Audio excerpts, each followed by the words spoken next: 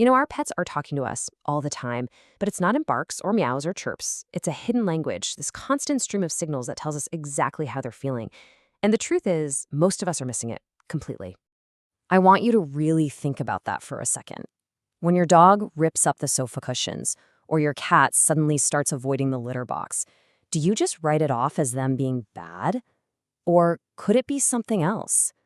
Could it be a desperate call for help? So, how do we start listening? Well, in this explainer, we're going to pull back the curtain on the unseen signals our animals are sending us every single day. We'll dive into the actual science of what stress does to their bodies. Then, we'll learn to decode the very specific dialects of dogs and cats, and even birds. And finally, we'll figure out how to become a better listener so we can create a calmer, happier home for everyone. So often, we get this wrong. We see anxiety, but we call it disobedience. That classic guilty look your dog gives you when you find a mess? Well, studies show that's usually just them reacting to our angry tone, not them feeling guilty. The reality is anxiety in pets is incredibly common, but it's often disguised as just plain old misbehavior. The trick is learning to see what's really going on underneath. And to really get it, we need to look under the surface, at the biology of it all. See, when an animal feels threatened, and that threat could be a loud firework or something as simple as a change in their daily routine, it triggers this powerful universal response in their body. This isn't just a feeling, it's a real physical event. The main players in this biological story are hormones called glucocorticoids. You've probably heard of the most famous one, right? Cortisol. Now, in a quick burst, these hormones are lifesavers. They're what help your pet get away from danger. But when an animal is stressed out all the time, their system gets flooded with these hormones, and that can lead to a whole cascade of serious health problems. And the physical signs, they're undeniable. In a huge review of scientific studies, a staggering 64% of wild animals that were brought into captivity experienced major weight loss. And let me be clear, this wasn't because they weren't getting enough food. It was a direct physical symptom of living in a stressful new environment. And this quote from the research just drives that point home. This isn't a fluke. It is a measurable, predictable result. When an animal is dealing with long-term stress, its body literally starts to break down. That's the biological reality happening behind the behaviors we see on the surface. Okay, so what does this all look like in our own homes? Well, dogs and cats are obviously very different animals. And even though the internal chemistry of stress is pretty similar, the way they show it can be worlds apart. It's almost like they're speaking two unique dialects of the same language of anxiety. Just look at this comparison. For dogs, anxiety often explodes outward. You get the destructive behavior, the nonstop barking. With cats, it can be way more subtle, but it's just as serious. Things like compulsive grooming that leads to bald patches or suddenly deciding the litter box is off limits, those are classic signs of a cat in distress. It's their way of screaming for help in a world that feels out of control. Now, let's zoom in on one of the most important and most misunderstood signals in the dog world. It's called whale eye. And I'm telling you, if you learn how to spot this one thing, you can stop so many bad situations before they even start. It's a crystal clear sign that a dog is feeling anxious or threatened.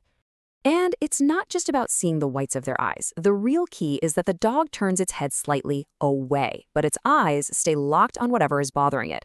You'll also see other signs, like their ears will be pinned back flat and their whole body gets stiff and rigid. That dog is practically shouting, "I am really uncomfortable right now and I need you to give me some space."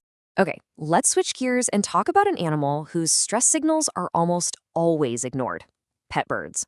So many owners with the absolute best intentions are accidentally creating environments that cause constant low-level anxiety for their feathered companions. This is a really critical question to ask yourself if you have a bird, because for them, the cage is their entire world. And you know what? One of the most common types of cages you see in pet stores is also one of the worst for a bird's mental health. Here's the deal, and this is so important. Round cages are a huge problem. Birds are prey animals. Their instincts scream at them that they need a corner to back into, a safe spot where they can feel protected and keep an eye out for danger. In a round cage, there are no corners.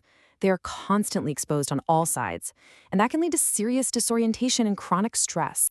And the same goes for what's inside the cage. You know those smooth, perfectly round wooden dowels that come with almost every cage? They're actually terrible for a bird's feet. They can cause painful inflammation, a condition called pododermatitis, and even joint problems. What they really need are natural branches with different thicknesses. This lets them exercise their feet and feels much more like their natural home. And we have to talk about food. For decades, we've been told that sunflower seeds are the go-to food for parrots. Well, that's just completely wrong.